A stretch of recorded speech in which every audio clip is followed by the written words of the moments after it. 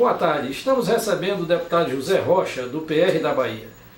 10 anos de mandato parlamentar, dos quais 6 na Câmara dos Deputados, lutando pela Bahia, levando benefícios para a Bahia e representando aqui esse maravilhoso povo da Bahia. Nós vamos ouvir aqui do deputado um balanço sobre os seus anos na casa com relação à Bahia. Vamos também ouvir uma análise dele do momento político atual, nacional. Ele, como vice-líder do governo na Câmara dos Deputados, vai nos dizer como ele analisa este momento político e como ele espera que o governo da presidente Dilma consiga contornar esses problemas graves que tomaram conta do país. Deputado, qual o balanço que o senhor faz do seu período aqui na casa e o que é que o senhor acha que pôde contribuir para a Bahia nesse período? Olha, eu estou aqui já no 6º mandato, são 20 anos de mandato como deputado federal e entrando no 6º mandato, portanto, ao final desse mandato completarei 24 anos de mandato e tem sido aqui um período de muito aprendizado, de muito trabalho, não só para a Bahia, o estado que eu tenho a honra de representar, como também para o Brasil. Nós aqui temos procurado desenvolver um trabalho não só na área da infraestrutura para o nosso estado, mas também defendendo bandeiras importantes para o país. Eu militei aqui em várias comissões, tenho militado em várias comissões, comissão do esporte, da qual eu fui presidente, comissão de esporte e turismo, onde fizemos um grande trabalho, fui relator de propostas importantes para o esporte, exemplo do Estatuto do Torcedor, da Lei Pelé, modernizando o esporte. Na área de ciência, tecnologia e comunicação também, participando dessa comissão desde quando aqui cheguei. Participei da Comissão de Agricultura, na Frente Parlamentar da Agricultura, defendendo os interesses da agropecuária do nosso país, principalmente lá no nosso estado da Bahia. Tenho participado em diversas discussões em relação à infraestrutura do nosso estado. Nós temos tido aqui a oportunidade de ter ministros do nosso partido na área do transporte, como o ministro César Borges, que foi ministro baiano, que esteve à frente do Ministério do Transportes, e aí nós tivemos um avanço muito grande na Bahia, na área de rodovias e na área de ferrovia. Na área de rodovias nós tivemos a implantação de novas rodovias federais na Bahia, exemplo da BR 234, da BR 135, recuperação e de manutenção de toda a malha rodoviária federal na Bahia, a ferrovia Oeste-Leste, que é um grande investimento não só para a Bahia, mas que vai representar muito para a economia do país, onde vai transportar toda a produção do oeste da Bahia de grãos para o porto em Ilhéus a ser exportada, como também a produção mineral na região de Caeté, também para ser exportada no porto de Ilhéus. Portanto, essa infraestrutura ela tem sido muito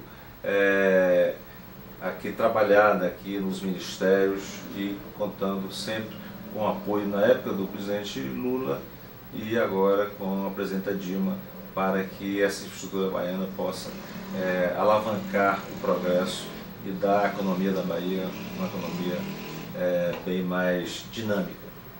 Logo no início da minha legislatura aqui, eu tive a oportunidade de lutar pela ida da Ford para a Bahia, um grande empreendimento do nosso estado, quando ela saiu lá do Rio Grande do Sul e nós conseguimos que ela fosse para a Bahia, e aqui nós aprovamos projetos na área fiscal para que ela pudesse se interessar em estar na Bahia, que hoje está gerando muitos empregos e sendo um fator importante na economia do nosso estado. Lutamos também pela implantação de novas universidades na Bahia. A Bahia, que tinha apenas uma universidade, a Universidade Federal da Bahia, UFBA, hoje nós temos 5 universidades na Bahia. Todas elas funcionando, como a Universidade Federal do Oeste, que é a nossa região, a região do oeste da Bahia, carente de investimentos e na área de universidades. E aí nós lá conseguimos aqui criar a Universidade Federal do Oeste, como também a do Sul do Estado, a do Recôncavo, a do São Francisco. Então a gente trabalhou muito nessa área da educação também, melhorando essa performance da educação em nosso Estado. Portanto, são aí 20 e lá vai anos de mandato aqui em Brasília, trabalhando muito pelo nosso Estado e pelo país.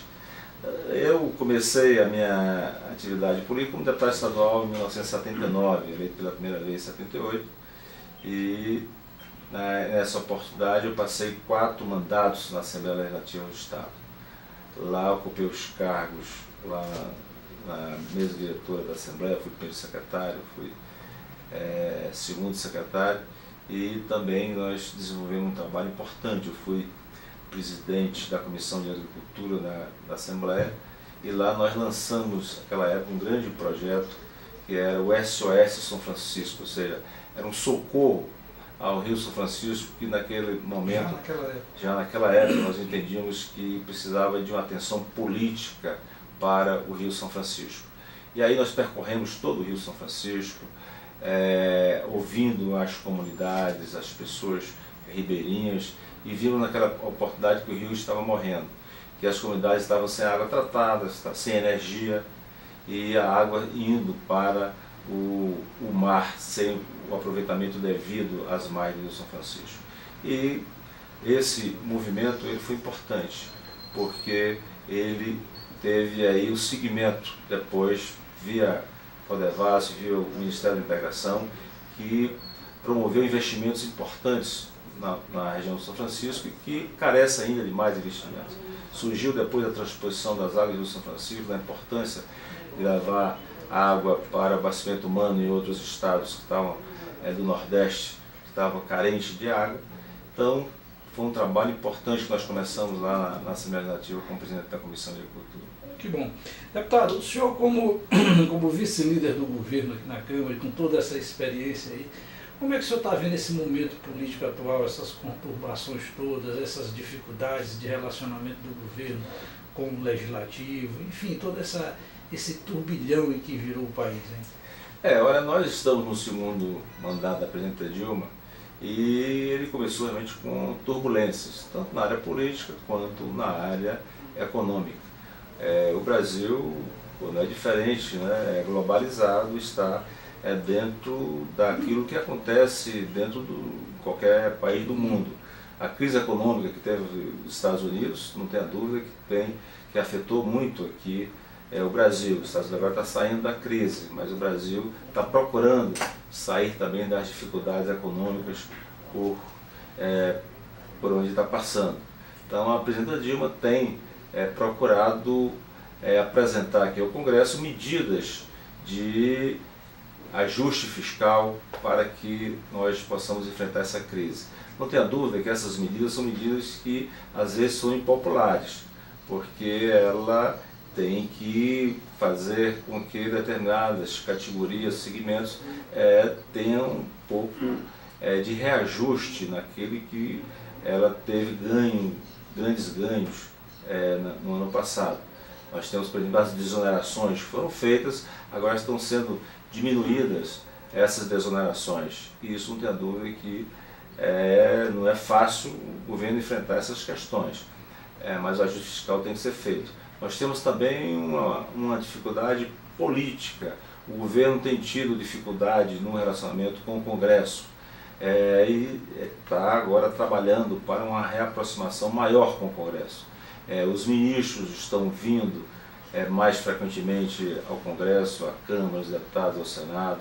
A presidenta Dilma tem procurado se reunir com as bancadas, com os líderes partidários, e isso tem diminuído aquela distância que estava existindo entre o Palácio do Planalto e aqui o Congresso Nacional. Apesar da proximidade física, mas a distância no entendimento existia. E ela está procurando estreitar mais esse relacionamento através de encontros que ela tem promovido, não só dos seus ministros, mas também dela própria com as lideranças e as bancadas aqui no Congresso Nacional. Eu acho que essa nova fase é uma fase que vai promover mudanças importantes para que medidas também importantes possam ser votadas aqui no Congresso Nacional.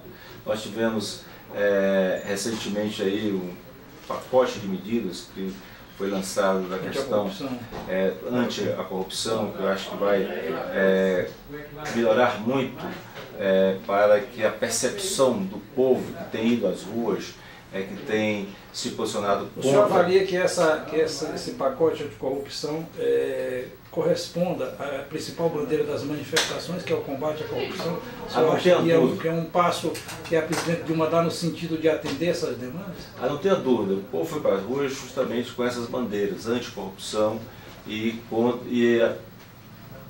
propondo uma reforma política o mais rápido possível. E nós estamos vendo aí os problemas que estão acontecendo na Petrobras, né, que todo mundo está acompanhando e vendo realmente que são desvios muito grandes de recursos públicos que aconteceram na Petrobras. Então, medidas têm que ser tomadas. E essas medidas que a presidenta da República está tomando, ela vem realmente ao encontro, né, dessa voz que tem saído às ruas do nosso país pedindo providências urgentes contra a corrupção. E também a reforma política, que é outro item que está na pauta do Congresso Nacional, já com a comissão trabalhando nesse sentido, para que nós possamos apresentar à população brasileira uma reforma política que venha a trazer para aqui dentro do Congresso toda aquela aspiração do povo brasileiro que possa retornar ao povo brasileiro com leis que venham a dar mais transparência ao processo eleitoral, que o processo eleitoral seja mais transparente, que fortaleça mais os partidos políticos, diminuindo inclusive esse número muito grande aí de partidos políticos que existem hoje aqui no país, para que nós possamos ter uma vida política que dê a credibilidade ao povo brasileiro. Deputado, para concluir, o senhor passou aqui, já está no 6º mandato, o senhor já viu vários tipos de congresso. Já deu para sentir a diferença dessa Câmara eleita agora, da qual o senhor também faz parte, para as anteriores?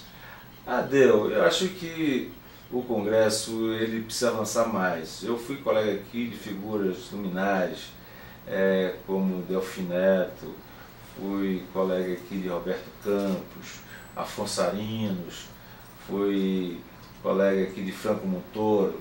Então, eram parlamentares que tinham uma referência não só nacional, mas a nível internacional. E essas referências foram saindo do Congresso. E nós não tivemos uma reposição à altura de referência como essas que eu citei. Mas o Congresso, ele aqui representa a sociedade brasileira.